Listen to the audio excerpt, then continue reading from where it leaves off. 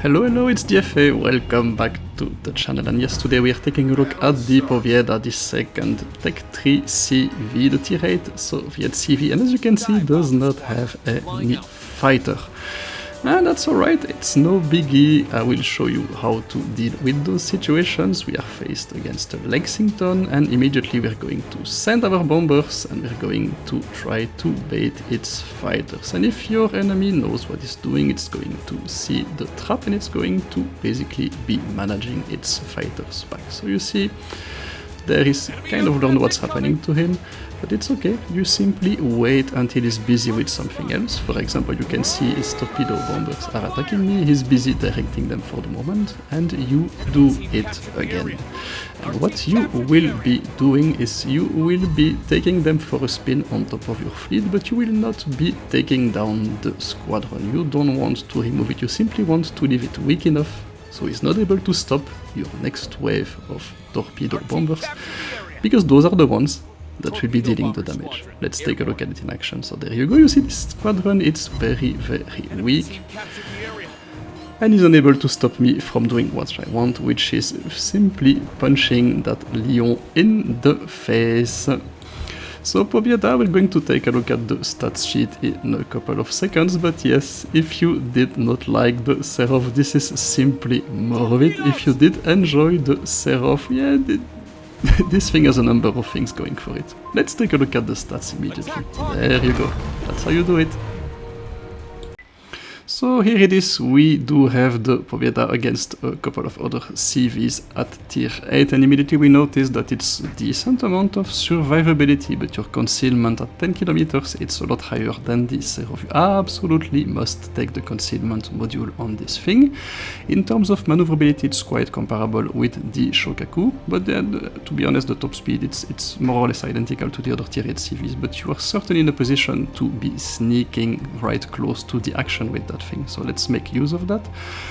Guns, no major improvement from the Serov, they're okay, but nothing to see there. And finally the dive bombers, what do we have here? 2 squadrons of 5 planes, very good accuracy, but a relatively low HP pool at 1500 per bomber. It's not as bad as the Shkalov, this one can actually survive a little bit, but not that much, you have to be careful with them. And the HP pool at 45,000, it's on the lower end of the tier 8 CVs.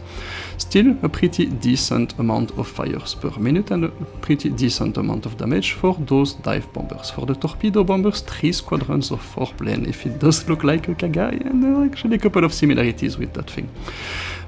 So decent preparation time, amount of HP per bomber at 1500 is on the low end at tier 8. The HP pool 54,000 is actually quite good, but the damage, it's not only 1300 per torpedo, so you really have to put them all on target. The flooding chance is excellent at 15%. If you manage to hit most of your strikes, you will almost be guaranteed to flood your target. And so do we have a tier 8 Kaga in the room, because as you can see, it does not have any fighters. The plane's DPM at 16,000, it's very good. There are only 2 CVs in the game that do better. I will let you check the stats sheet to find out who these are, but they are not at tier 8 or even at tier 9. And essentially, the HP pool, unfortunately, it's only at 100,000, and you do not have any fighters to protect them. So if you compare it with the Kaga, the DPM at 16,000 is fairly comparable, but the HP pool is at 100, almost 120,000. So you simply can click, send your planes, and they will reach their targets no matter what, unless there is a Saipan in front, and they will be coming back for more. Not so much with the Pobeda, you actually have to play it a little bit more careful, and you have to use it just like a hitman, just like you saw me do with the Serov. And finally the AA, pretty average at tier 8, but also pretty decent. And here we are in another battle. This time we do not have Lexington in front of us, we have an Indomitable, and that's going to be a lot more annoying, because yeah, it's unlike the Lexington Shokakus of this world, this one only has 1 squadron to manage, and that is our absolute worst nightmare. It's his fighter squadron. So we've seen that Pobeda has a very good damage potential. It's actually a very good ship to play the fire and flooding game, but your planes are a bit more survivable. They can actually reach their target, unlike the one from the Shkalov. But you have to be a lot more careful. You cannot simply send them everywhere, and because you will be deplaned after 4 or 5 minutes, and yeah, it's going to be a complicated situation for you. So you will see me trying to get the fighters of the Indomitable on top of my planes to weaken them. I noticed that I have an Akizuki going to the, I would say, southwest of the screen, and that's a pretty good thing because you really want to be playing that thing a little bit like the Serov, except that the damage potential of that thing is a lot higher and you can be a bit less careful with your planes.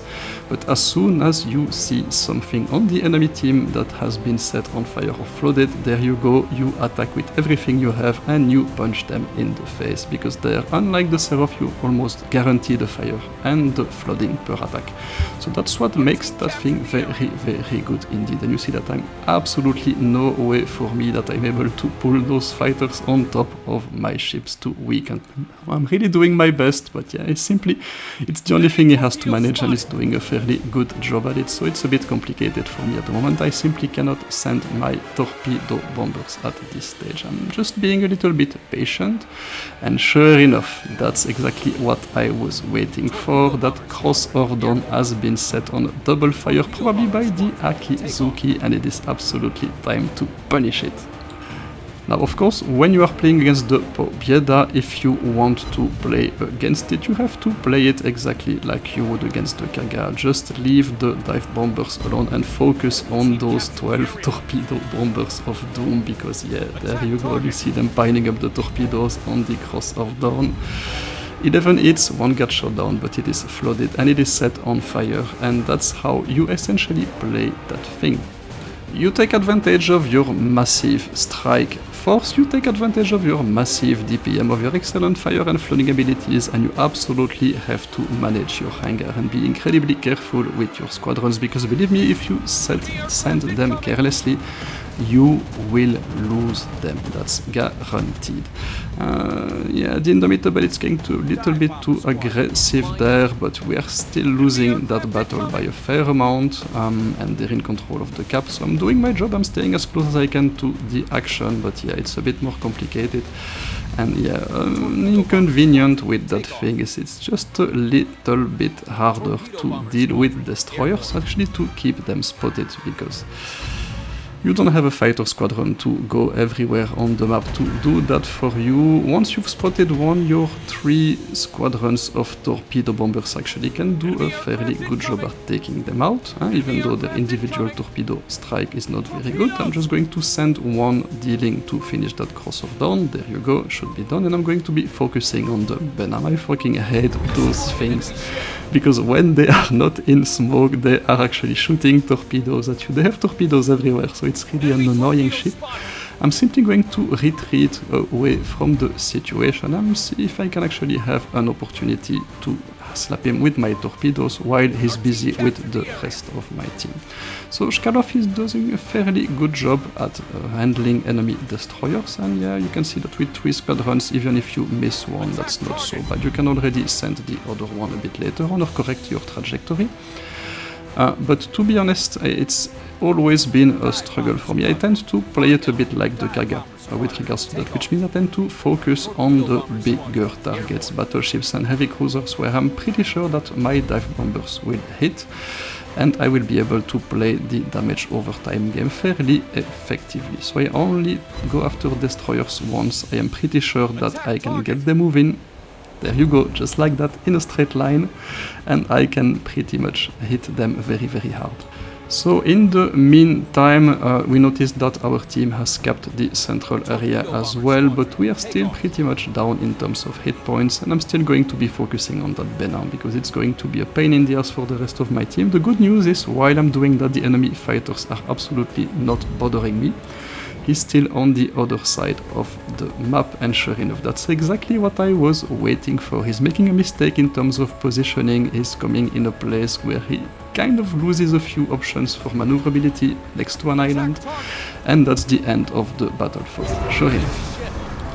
So yes, certainly very capable ship when it comes to dealing with destroyers, but I find that it takes a little bit more skill than what I'm usually able to do to take care of them, because managing 3 squadrons, it's not easy, and keeping them spotted can also be a challenge, to be honest. So we are leading now, since we've deleted that Benham. I'm going to get a little bit closer to the action. Can I hit that lightning? It's not super dangerous right in front of my Tiger. The Tiger is going to do a fine job of him. I'm going to be focusing on that Bismarck instead. Can we set him on fire? Unfortunately we can, so we're simply going to strike him with my torpedo bombers. In terms of plane count, we're actually fine, we've managed them. I could have been a little bit less careful, I think, during the game, and we could have wasted a bit more, but that's okay. I mean, to be honest, I cannot really complain. I think I'm quite close to 70% MVP with that thing, so it's certainly a very capable ship, and it's an excellent damage dealer. I'm actually showing you one of the games here with the least amount of damage that I had. But yeah, unfortunately, since you do not have any fighters, you do not have any counter for the enemy CV, and while I'm having a fairly good game myself, the other Indomitable is also having a free lunch because I'm absolutely not able to stop him.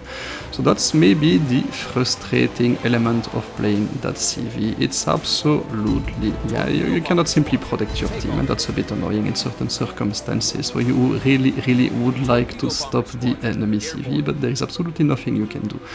So Pobeda, time to debrief it. A fairly good ship, fairly capable. If you did not enjoy the Serov, you're probably not going to like this one as well.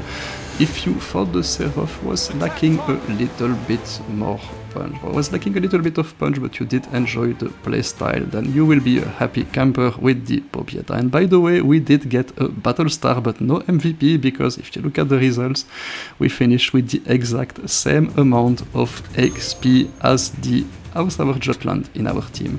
So yeah, I'm actually showing you one of the few battles here where I did not get an MVP, but as you can see, it was actually quite close, and we did manage to get a certain amount of damage out with that thing with its excellent DPM. So there you go, that was it. I hope you've enjoyed the gameplay. Stay safe, take care. That was DFA signing out. Bye bye.